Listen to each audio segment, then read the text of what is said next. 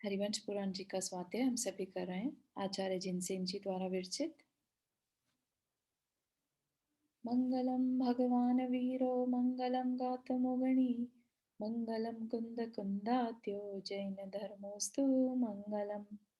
नमो अरिहंताणम नमो सिद्धाणम नमो आयर्याणम नमो उवज्जायाणम नमो लोये सवसाहूणम। पंच परमेष्ठी भगवान की जय। अगले 45 मिनट के लिए सभी प्रकार के पापों का त्याग करके सभी नववर्ण मुखर मंत्र पढ़ लें।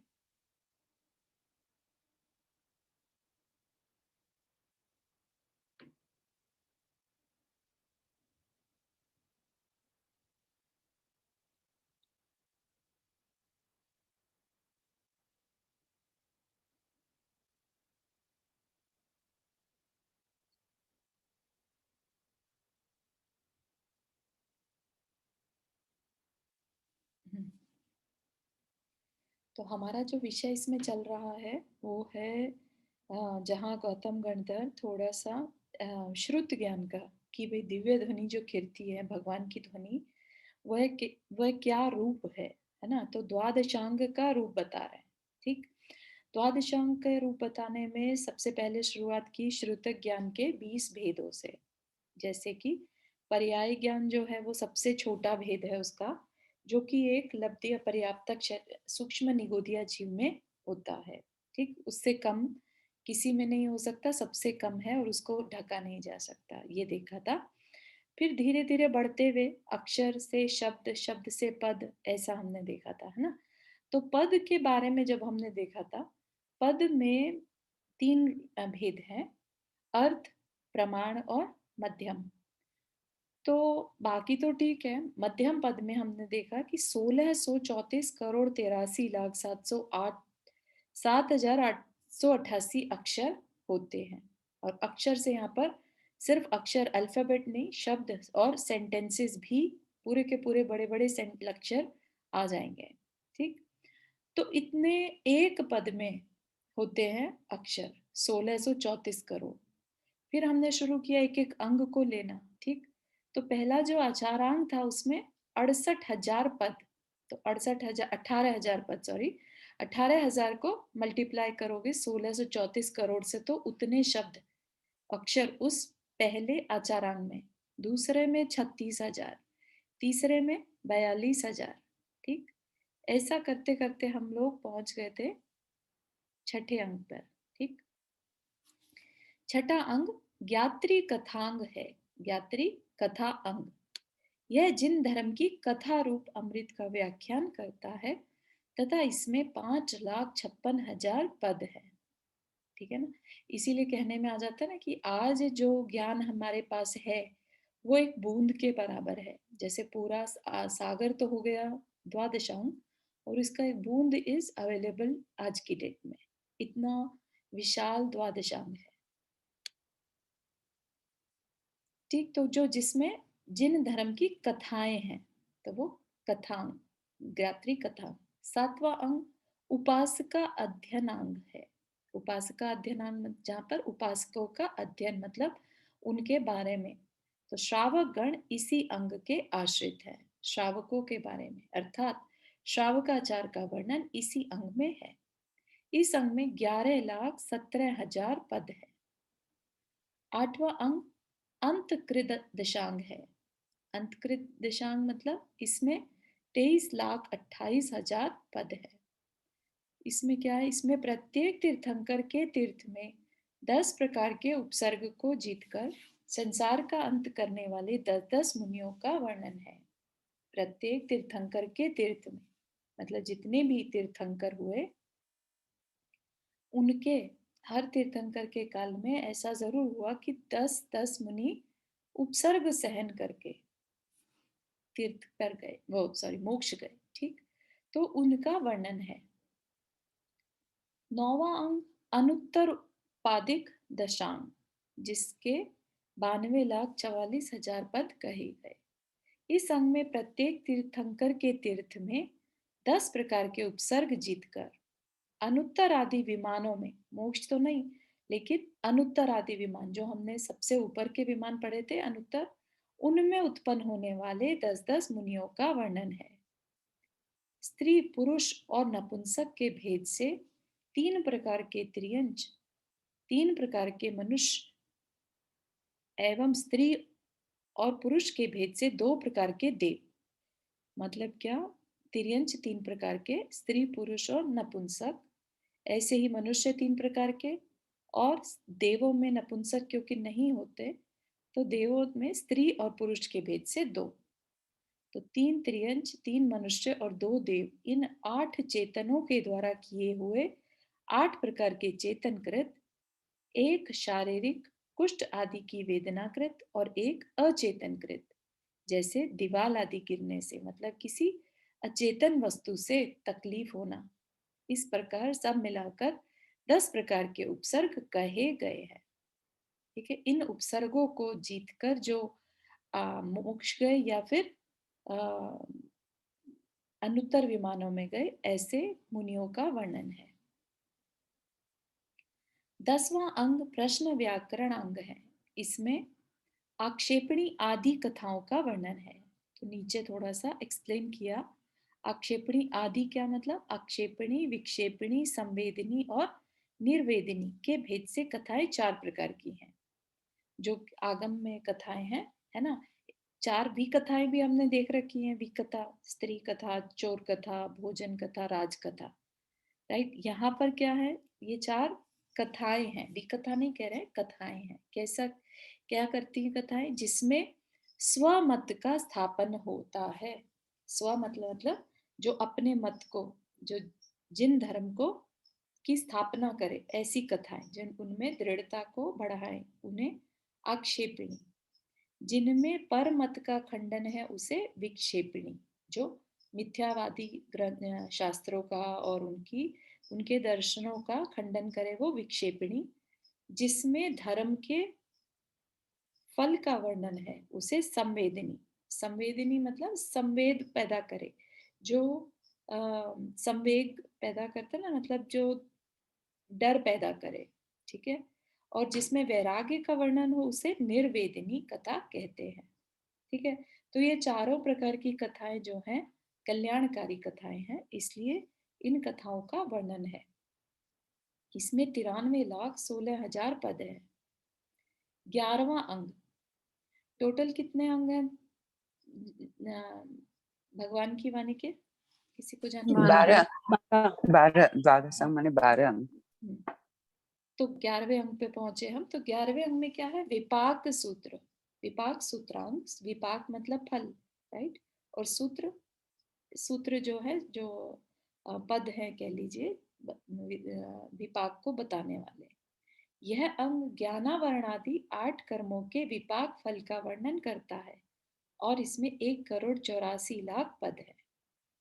अब आगे 12वें अंग की बात, जो कि काफी बड़ा है। 12वां अंग है दृष्टि प्रवाद अंग। इसमें पदों की संख्या 108,68,56,500 है। ठीक है, वो अपने आप में संख्या ही करोड़ों में है।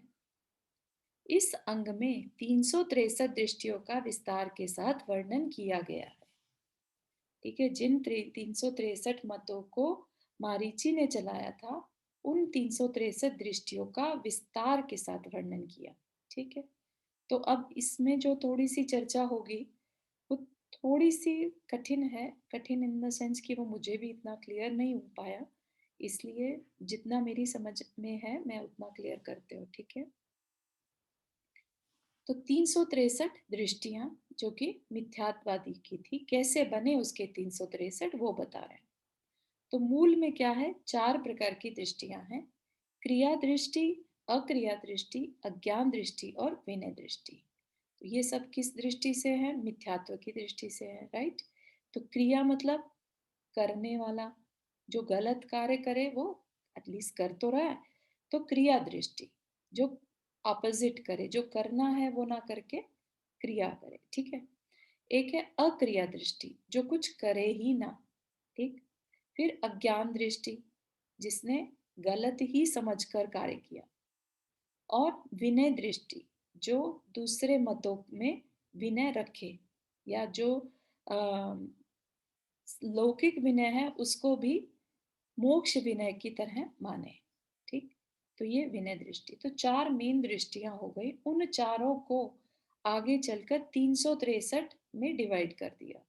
तो वो कैसे बनेंगे उसका थोड़ा सा बता रहे हैं। ये दृष्टियां क्रम से क्रिया, अक्रिया, अज्ञान और विनय से सिद्धि की प्राप्ति होती है ऐसा निरूपण करती हैं। क्या कहती हैं कि इन चारों से सिद्धि, सिद्धि मतलब मोक्ष की प्राप्ति, मोक्ष कह लीजिए या कार्य की सिद्धि, है ना। कई जगहों पर तो मोक्ष को मानते ही नहीं, राइट। तो इसलिए सिद्धि की प्राप्ति होती है, जिसका जो पर्पस है वो इनके थ्रू ही पूरा होता है ऐसा निरूपण करती है। इनमें क्रियावादी की 180, अक्रियावादी 84, अज्ञानवादी 68 और विनयवादी 32। ये कैसे कैसे बने वो बता रहे हैं। नियति, स्वभाव, काल, दैव और पौरुष। नियति, जब कहते हैं ना हम कि सब कुछ फिक्स्ड है, नियत है ना, जो होना है वो होके रहता है। स्वभाव, सबको मालूम है वस्तु का स्वभाव, वस्तु का नेचर। काल, सब ये भी सबको जानकारी है, काल समय आएगा तो होगा, है ना।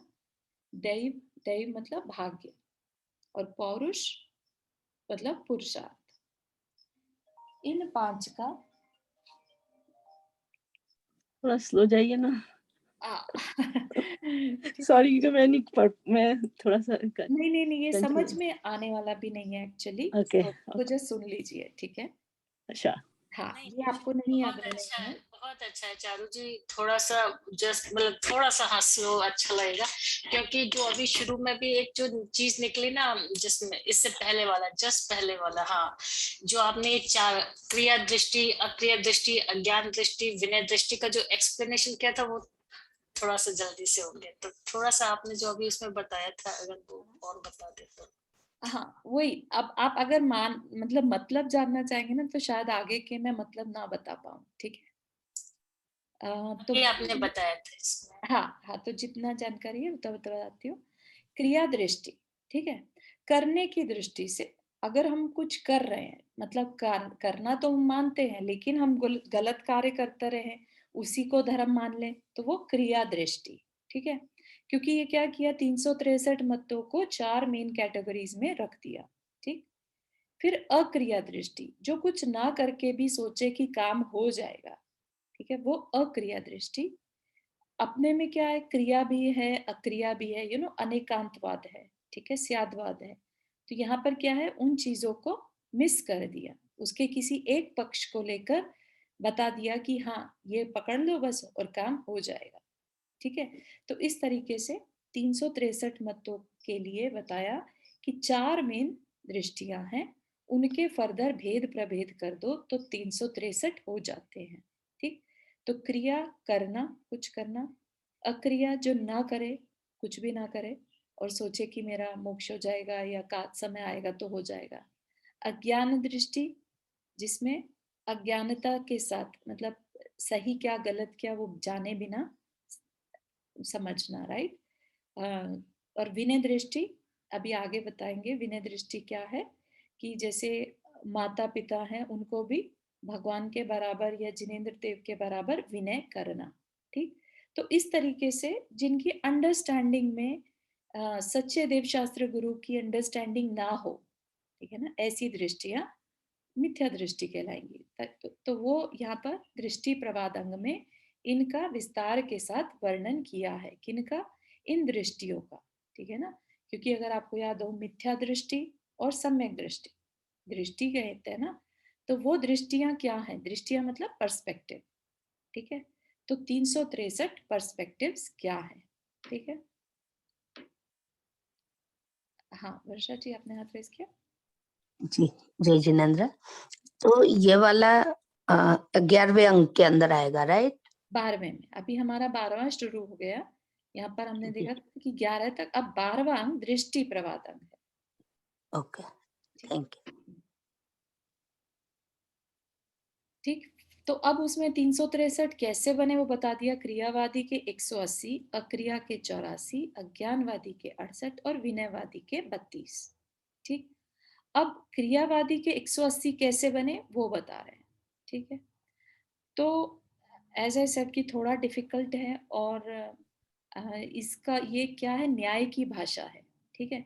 जब किसी बात को प्रूफ करना हो तब ये सारी चीजों को यूज किया जाता है, ठीक है ना, क्योंकि हमें जब तक गलत नहीं पता होगा तब तक हम सही की व्याख्या नहीं कर सकते, ठीक है ना।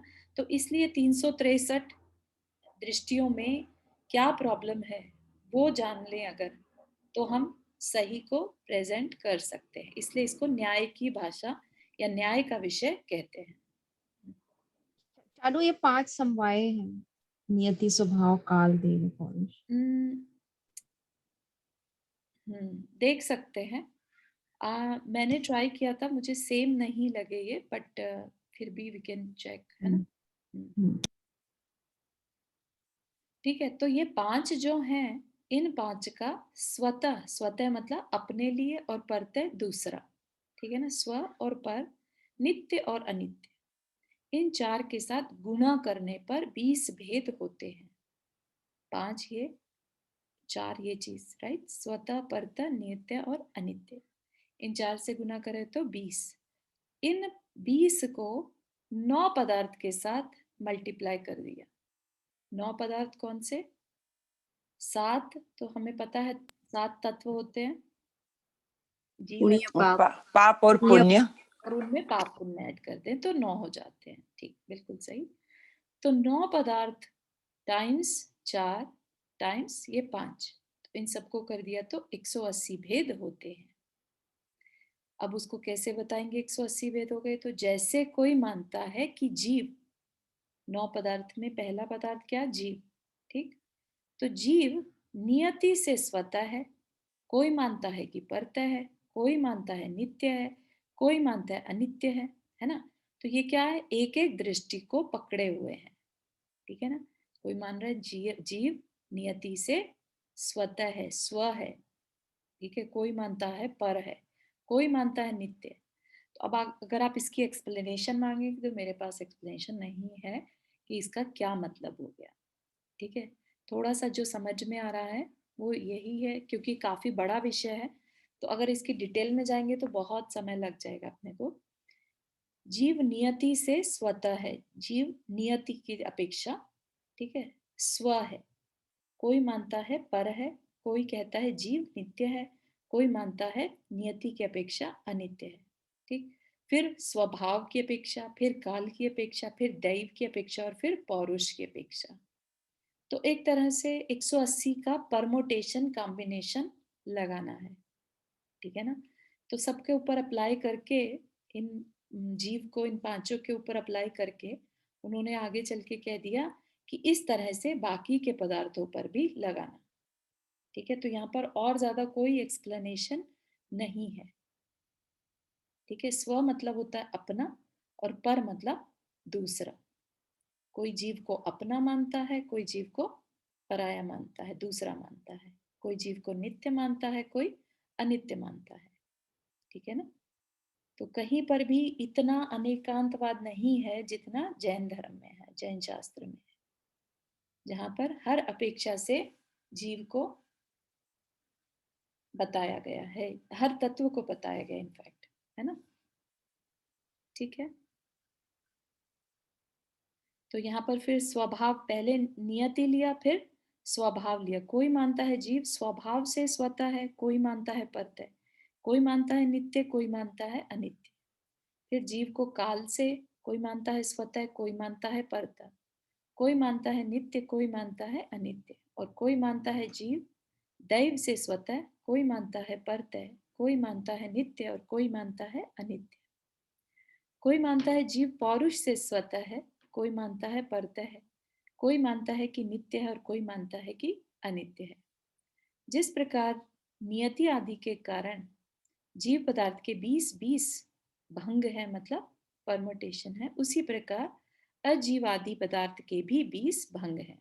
इस तरह क्रियावादियों के सब मिलाकर 180 भेद होते हैं, ठीक है। तो इनमें से हम किसी एक को अगर मानते हैं तो हम एकांतवादी कहलाएंगे, और एकांतवादी को मिथ्यात्व कहा है, ठीक है ना। तो इस प्रकार से 363 मत बन जाते हैं। ठीक है, जो एक दृष्टि को पकड़ रहा है, जो जीव को स्व नित्य ही माने, लेट्स से, राइट, या अनित्य ही माने, और वो उसमें भी फर्दर अपेक्षाएं लगा दी, नियति की अपेक्षा नित्य माने या नियति की अपेक्षा अनित्य माने, ऐसा। जीव आदि 7 तत्व, 7 ये हो गए, नियति, स्वभाव, काल, दैव और पौरुष की अपेक्षा जीव आदि 7 तत्व नियति, काल, स्वभाव, काल, दैव और पौरुष की अपेक्षा न स्वतः है न परतः है। इस प्रकार जीव आदि 7 तत्व में नियति आदि 5 का गुणा करने पर 35। तो अभी क्या था, उनको मान रहे थे, अब क्या कह रहे हैं, अब मान ही नहीं रहे, क्या कह रहे हैं, पौरुष के पेश न स्वतः और न परतः। इस तरह जीवादि 7 तत्वों में नियति आदि 5 का गुणा करने पर 35 और 35 में स्वतः परतः इन 2 का गुणा करने पर 70 भेद हुए। आई कैन अंडरस्टैंड कि थोड़ा कंफ्यूजिंग हो रहा था, कि मुझे भी यहाँ पर नहीं समझ में आया कि किस तरह से उसको एक्सप्लेन किया जा रहा है। अगर किसी को आ रहा है यहाँ पर तो please feel free to share.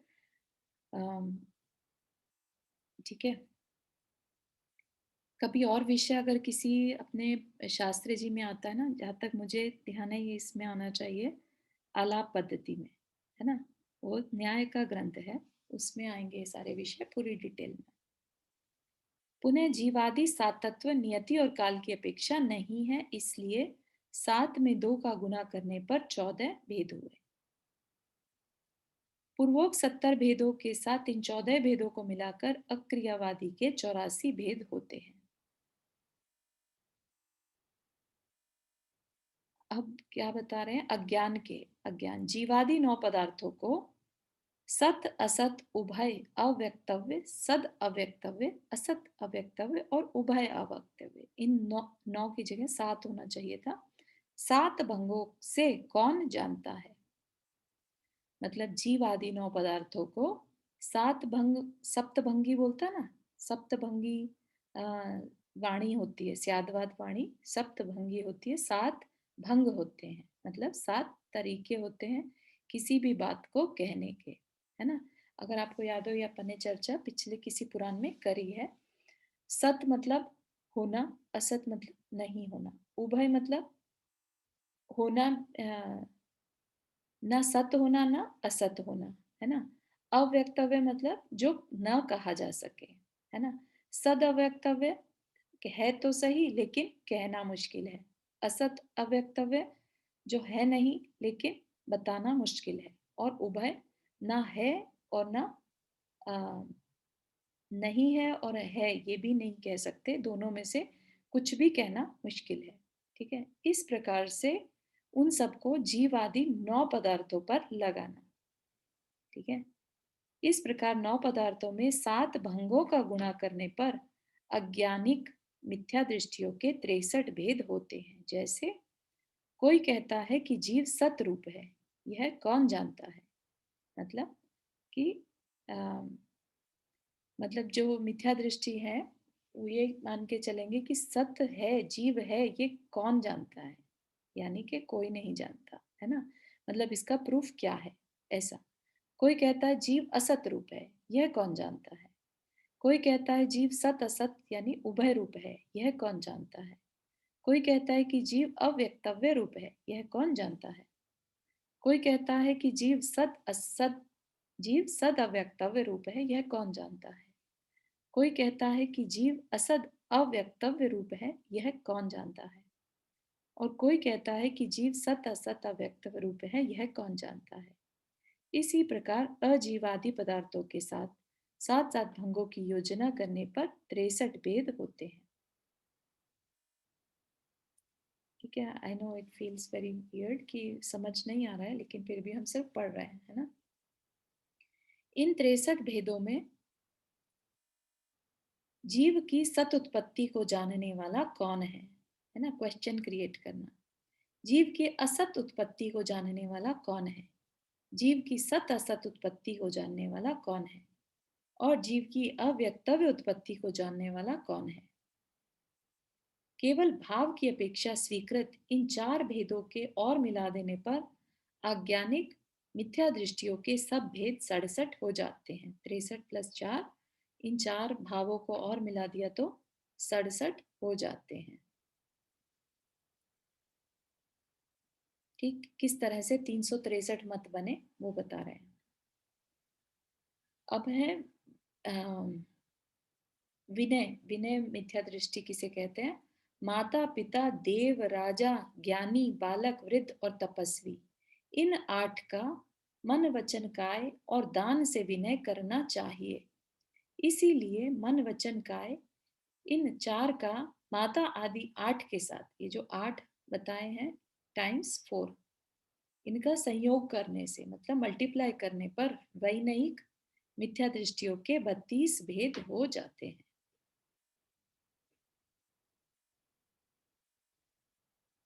ठीक है, तो इस प्रकार पहले तो ये बता दिया कि ये दृष्टिवाद अंग है। ठीक, दृष्टिवाद अंग के में क्या बताया है? 363 मत या 363 दृष्टियां होती हैं। वो कैसे 363 बनी वो बता दिया। ठीक, अब क्या बता रहे हैं कि जो 12वां अंग है दृष्टिवाद अंग, उसके 5 भेद हैं। ठीक, भेद मतलब उसके 5 फर्दर पार्ट हैं। दृष्टिवाद अंग के 5 पार्ट है। परिकर्म, सूत्र, अनुयोग, पूर्व, जिसे कहते हैं ना 14 पूर्व, पूर्व और चूलिका, ये 5 भेद हैं। अब फर्दर परिकर्म जो दृष्टिवाद अंग का पहला भाग है, उसके फर्दर भेद हैं 5।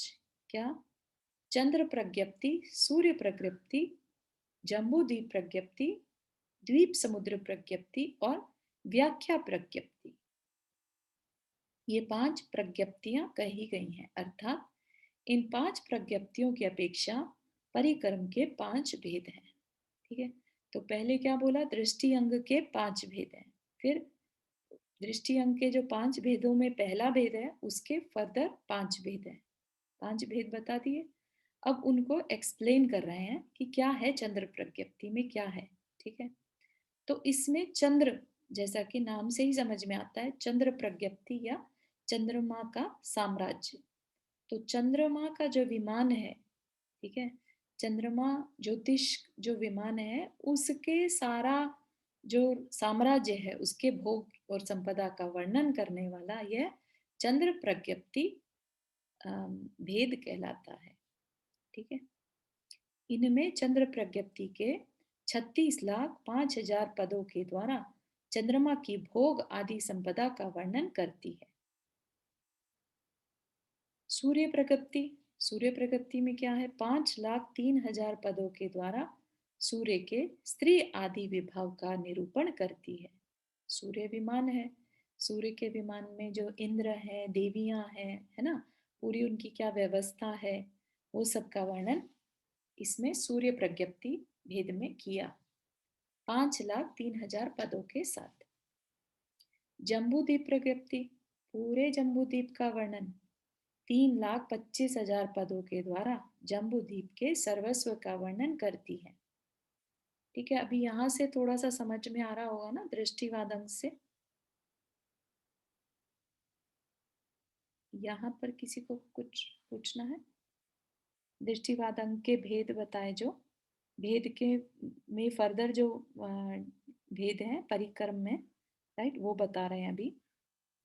तो चंद्र प्रज्ञप्ति, सूर्य, जम्बूद्वीप हमें समझ में आता है, राइट। फिर द्वीप समुद्र, जो जम्बूद्वीप को छोड़कर और बाकी जो द्वीप समुद्र हैं, फिर उनकी जानकारी।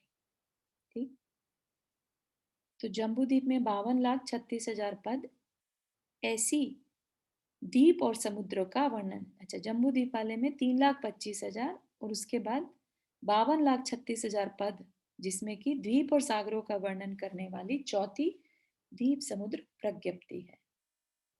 तो अभी तक वर्णन द्वादशांक का ही चल रहा है, द्वादशांक के 12वें भाग का। ठीक है, जो 84,36,000 पदों से युक्त है, वह 5वीं व्याख्या प्रज्ञप्ति कही जाती है।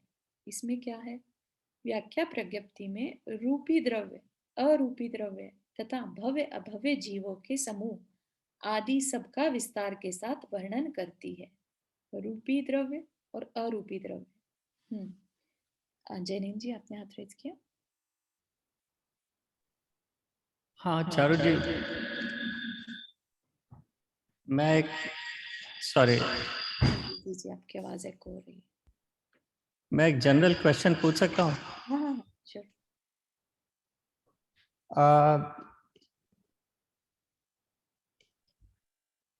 मंजू, उसको बंद कर दो तुम। सॉरी, हमारे दोनों के लैपटॉप खुले थे, इसलिए थोड़ा एको आ रहा है। एक को म्यूट कर दीजिए, स्पीकर ऑफ कर दीजिए। एक का स्पीकर ऑफ कर दो। हाँ, एक तो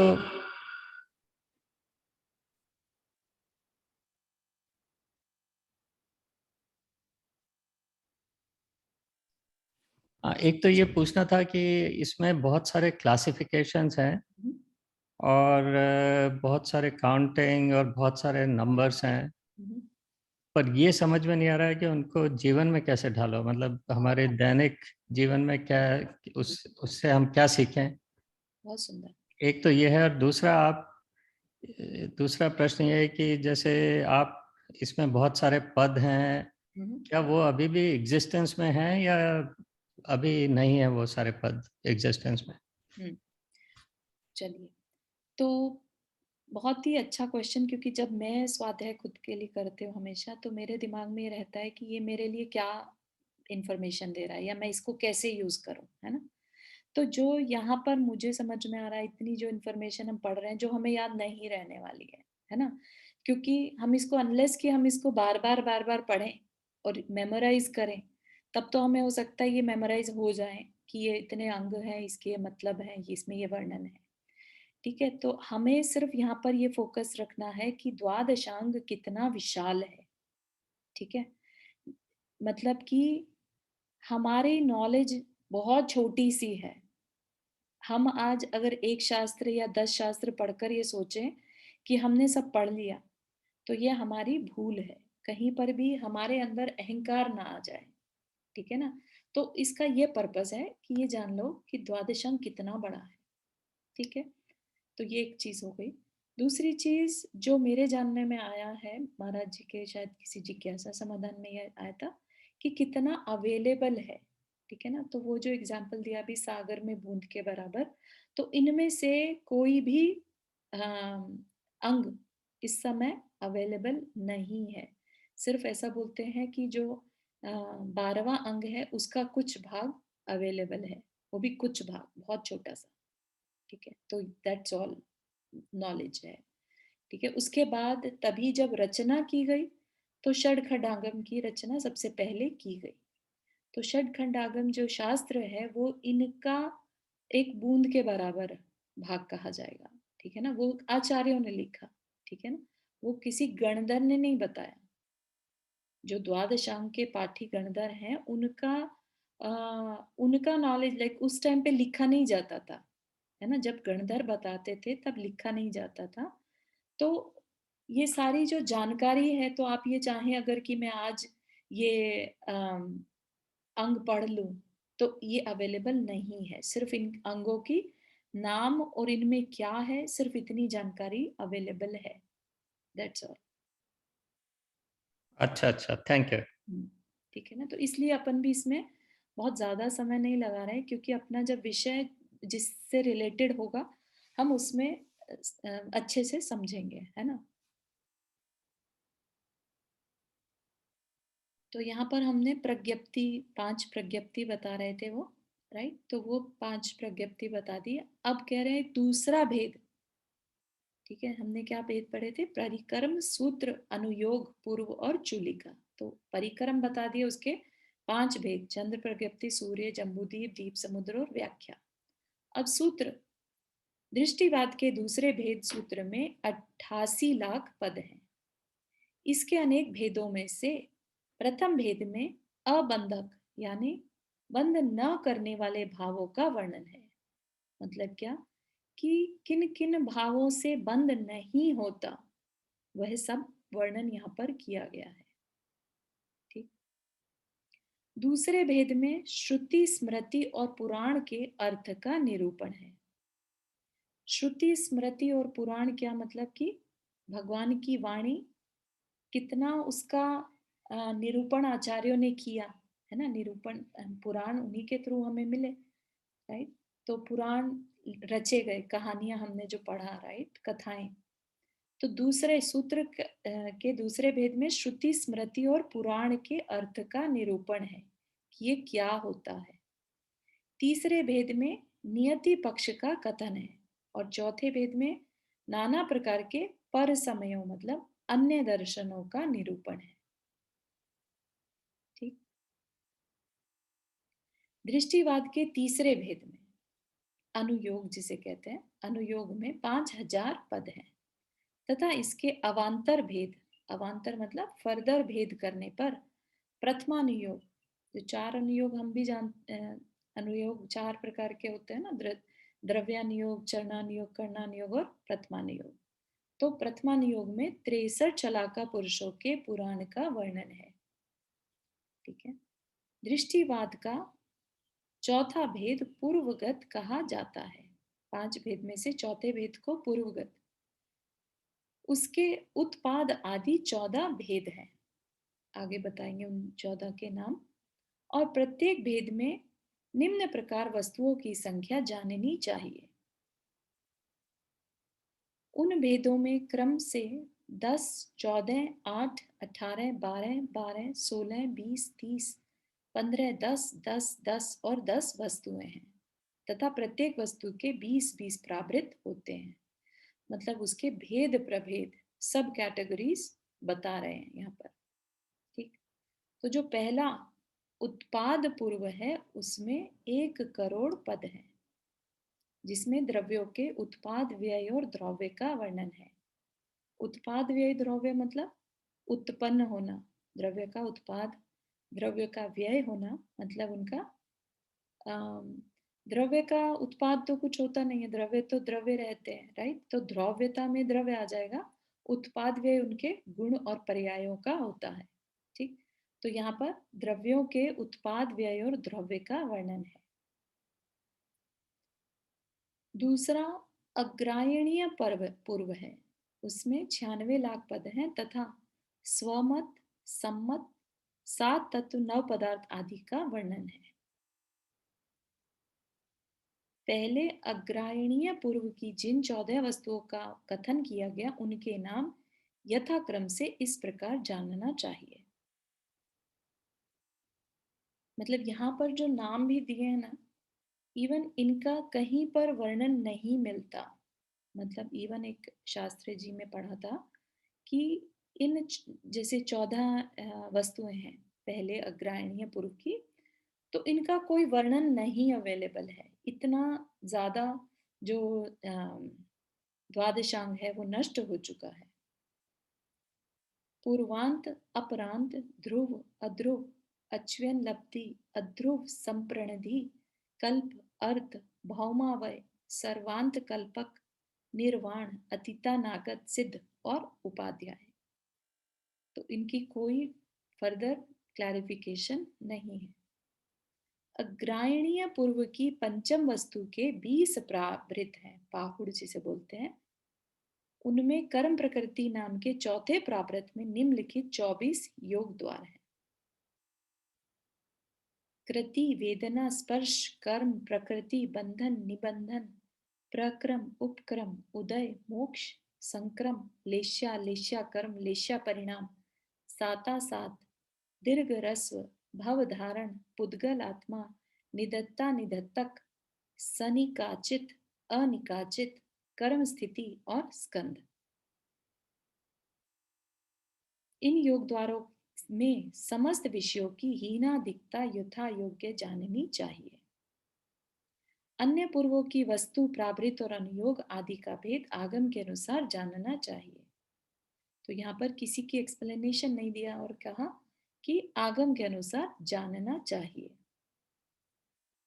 जिसमें 70 लाख पद हैं, ऐसा तीसरा वीर्यानुप्रवाद नाम का पूर्व अतिशय पराक्रमी सत्पुरुषों के पराक्रम का वर्णन करता है।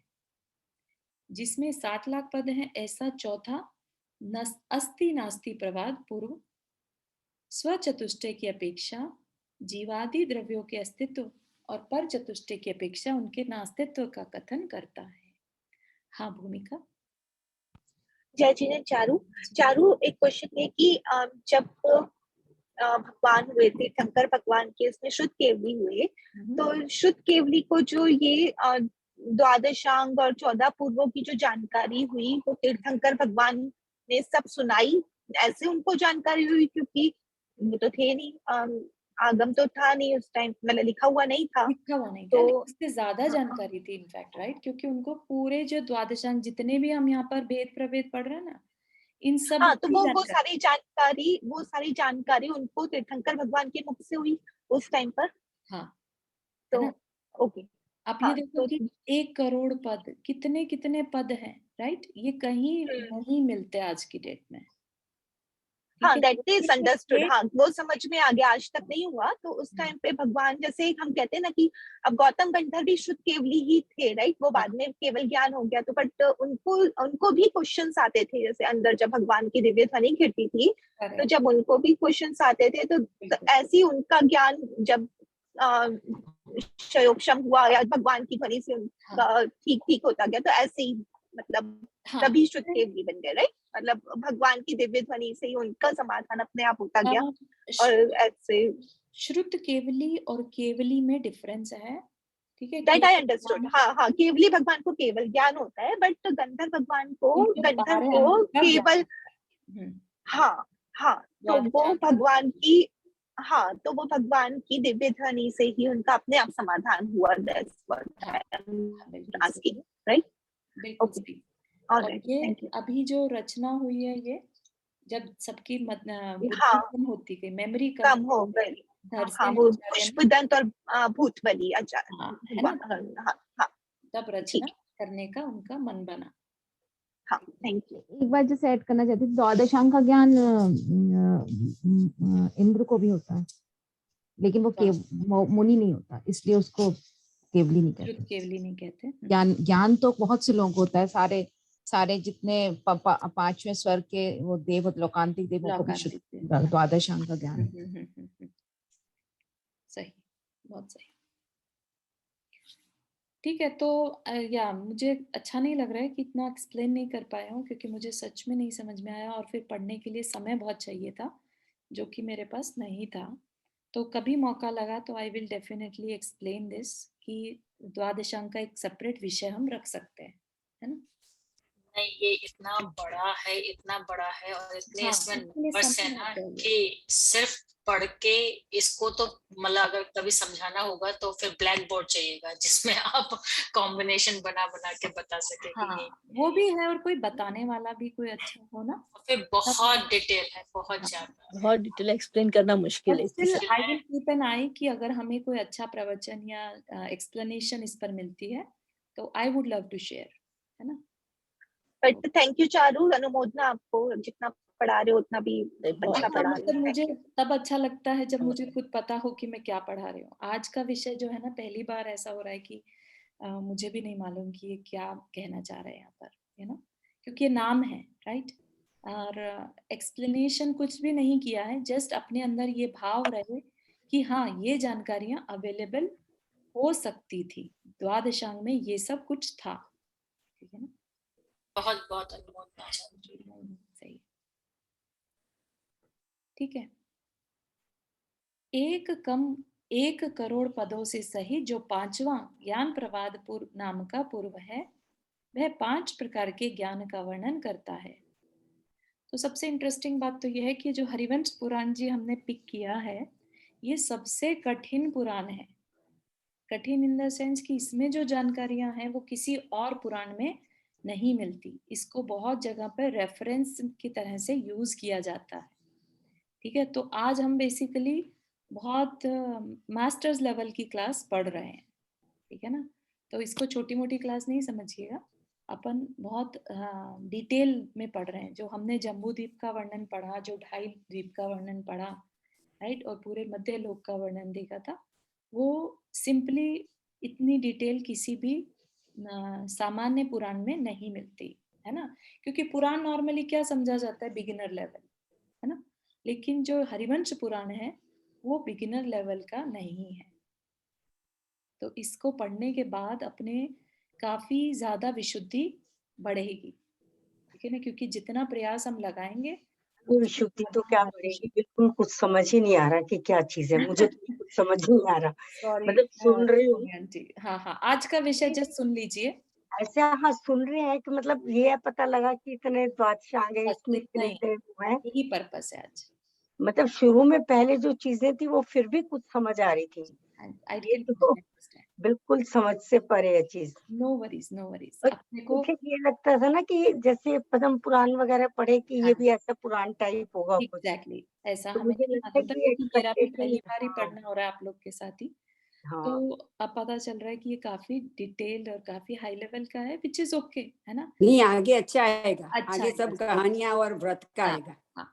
तो बीच बीच आगे। में थोड़ा अच्छा, सा जो पार्ट हाँ मुश्किल है, हाँ, तो आई एम गिविंग आगे अच्छा है। इसमें भी बीच में अर्थ समझ में आते हैं, जो शब्द दिए ना उनके अर्थ देखो तो समझ में आता है, पर वो याद नहीं रह सकती चीजें। हाँ, ये वाले का तो शब्द के अर्थ भी नहीं समझ में आ रहे ना, इसलिए दिक्कत हो रही है, ठीक है। तो कोई नहीं, ये वाला का हम एक सेपरेट टॉपिक रख लेंगे कभी द्वादशांग को जानने के लिए, ठीक है।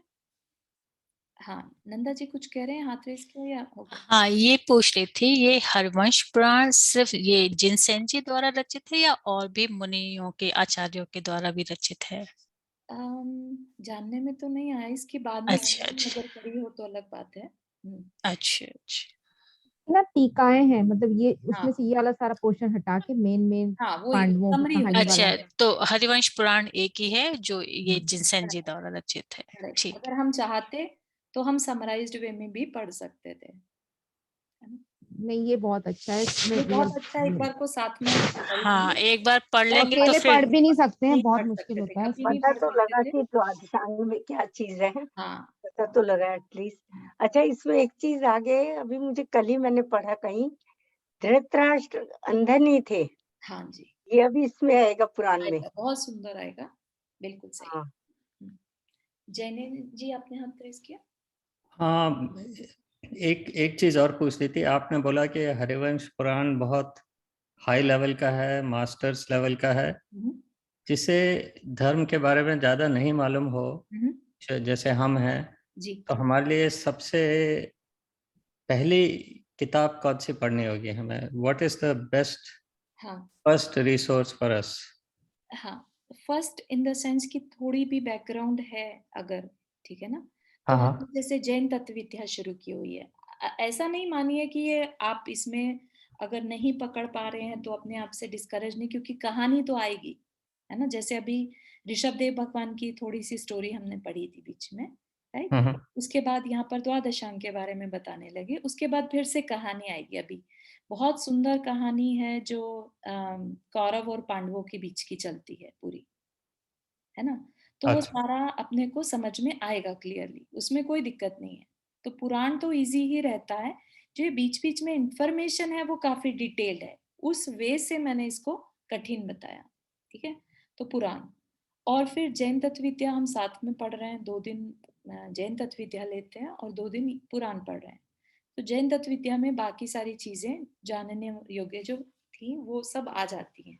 अगर आपको चाहिए तो आप उसकी रिकॉर्डिंग, एक एक class, each and every class का रिकॉर्डिंग अवेलेबल है, ठीक है। तो वहां पर हमने प्रथमा नियोग में जैसे तीर्थंकरों के बारे में, शलाका पुरुषों के बारे में समझा था, ठीक है ना। उसके बाद हमने तीनों लोक के बारे में समझा, ठीक। अच्छा और तीसरी क्लास आई वुड से एक और हमने शुरू किया, कर्म कैसे करें। वो कर्म थ्योरी के ऊपर है, अगर किसी को कर्म थ्योरी इजी वे में समझनी है तो उनके लिए। चारों, उसमें तुमने जो कहानी बताई वो तो सुन के मजा ही आया, वो नमोकार मंत्र वाली पर जो तुमने सुनाई थी, अच्छा, पहली बार ही सुनी थी पर बहुत ही अच्छी लगी वो। नाइस नाइस, हाँ बढ़िया, ठीक है। तो जी, यहीं तक रखते हैं आज के लिए। आई नो काफी, उसकी रिकॉर्डिंग नहीं दिखी मेरे को कहीं कर्म वाले की। I shared in the group actually. तो अब ये कौन जैन से दिन तो कराई क्या- थी वो? मैंने भी मिस किया था अपॉइंटमेंट इसमें के लिए। नहीं, इस वाली इसमें नहीं आएगी। नहीं, नहीं उसी नहीं, में वो मैंने नमोकार उसी में तो वाली, पढ़ी। नमोकार वाली जो स्टोरी है, एक बार फिर भेज एवरी दीजिए। थर्सडे 9 बजे शाम में पैसिफिक टाइम। हाँ नहीं, वो तो मैंने ज्वाइन करा था पर मेरे को नहीं, रिकॉर्डिंग नहीं मिली। पूनम जी उसी में तो भेजिए, तभी तो मैंने पढ़ी उसी में, कर्म कैसे करें।